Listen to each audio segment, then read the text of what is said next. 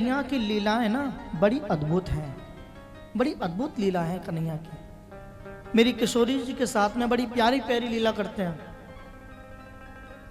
एक लीला और सुना मैं हमारे कन्हैया की, उसके बाद में रास पंचाध्यायी की ओर प्रवेश करें।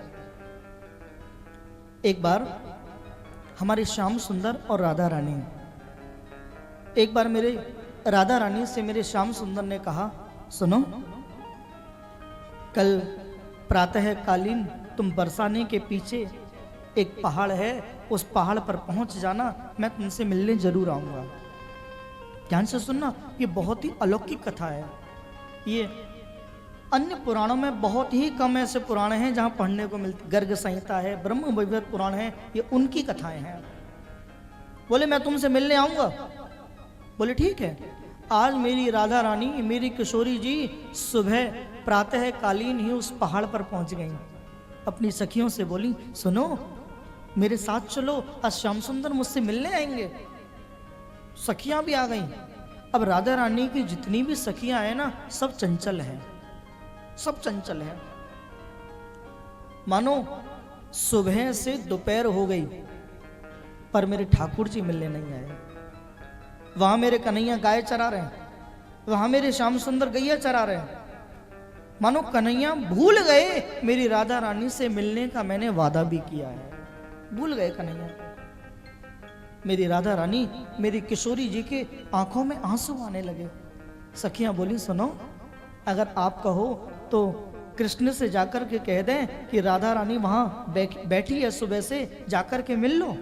बोले नहीं, बोले मत बताना।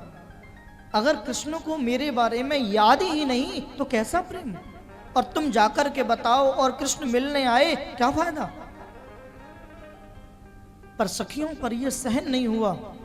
दो सखियां उठ करके आई। बोले कैसे भी करके कृष्ण को बताना पड़ेगा कि राधा रानी तुम्हारे बिना वहां अधूरी बैठी है, राधा रानी बैठी है।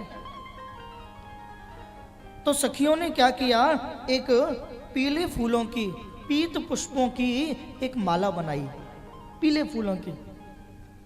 और पीले फूलों की माला बना के माला के बिल्कुल बीच में एक फूल की जगह छोड़ दी, एक फूल की जगह छोड़ी। और सखियां आ गईं और मेरे भगवान श्री कृष्ण को वो माला पहना दी, मेरे कन्हैया को माला पहनाई। मेरे कन्हैया ने उस माला को जैसे ही देखा, सखी तूने बड़ी प्यारी माला बनाई है, कितने सुंदर पीले पीले फूल हैं। पर सखी ये जो तूने एक जो जगह छोड़ दी है ना, यह जगह में तू एक काम कर, एक सुंदर सा एक नीला फूल लेके आ, वह नीले फूल को लगा दे, इस माला की सुंदरता बढ़ जाएगी। जैसे ही मेरे कन्हैया ने ये शब्द बोला है, तुरंत मेरे कन्हैया को याद आया, जैसे भैया ये पीले पुष्पों की माला नीले फूल से अधूरी है, ऐसे ही पीत वर्ण की मेरी किशोरी राधा रानी नीले श्याम वर्ण कृष्ण के बिना अधूरी बैठी है, अधूरी बैठी है। तुरंत मेरे कन्हैया खड़े हो गए। अरे किशोरी, अरे किशोरी, दौड़ते दौड़ते गए हैं और मेरी राधा रानी के साथ में आलिंगन किया है। ये अद्भुत लीला है कन्हैया की।